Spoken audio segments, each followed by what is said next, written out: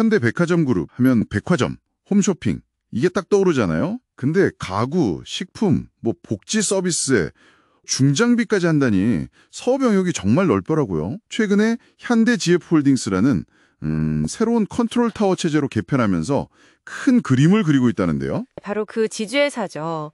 과연 이 유통 강자가 미래 성장 동력을 잘 찾아서 시장의 기대를 만족시킬 수 있을지 2025년 전망 그리고 핵심 전략을 속 시원하게 파헤쳐보죠. 현대GF홀딩스가 단순히 여러 회사를 거느린 지주회사가 아니라는 점이 중요해요. 유통부터 시작해서 중장비까지 이 광범위한 사업 포트폴리오를 좀 유기적으로 엮어서 시너지를 내야 하고요.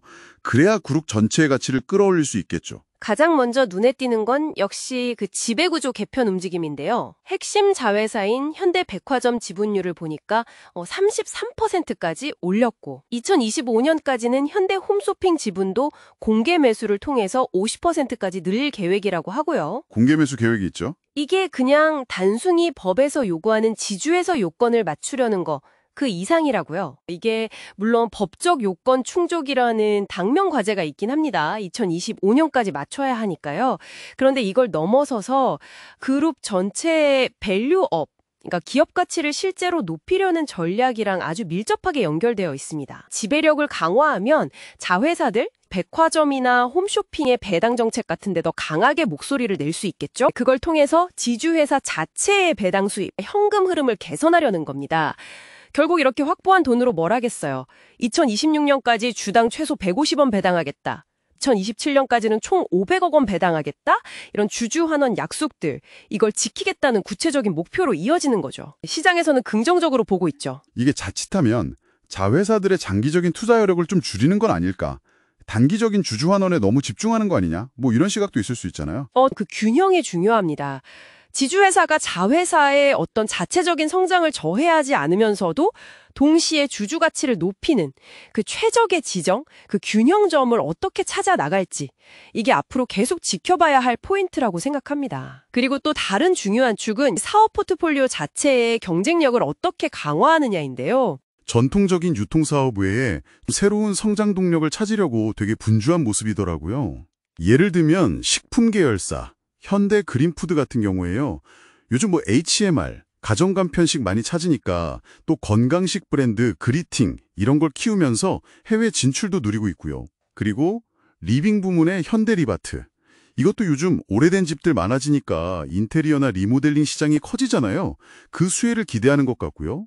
여기서 특히 주목할 만한 움직임이 하나 있는데요. 바로 디지털 전환입니다. 국내 1위 기업 복지 플랫폼이라고 하는 현대 이지웰을 인수했잖아요. 이게 그냥 사업 영역 하나 더 늘린 게 아니에요.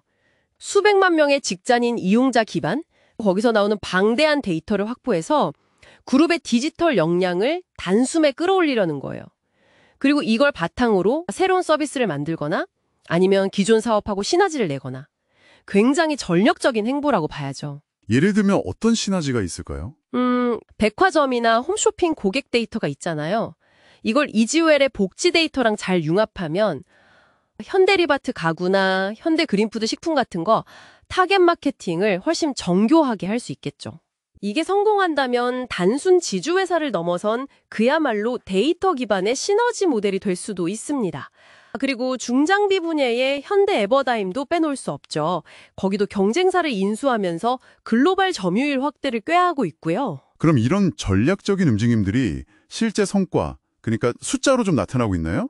2024년 추정 매출액이 크게 늘고 2025년에는 영업이익이 70% 이상 성장할 거란 전망도 있던데요. 2024년 추정치가 크게 늘어난 건 일부 자회사를 새로 연결 실적에 포함시키는 그런 회계 방식 던화 영향일 수는 있습니다. 그래서 이 부분은 좀 감안하고 봐야 해요. 하지만 그걸 감안하더라도 전반적인 성장 방향성 자체는 긍정적으로 평가받고 있습니다.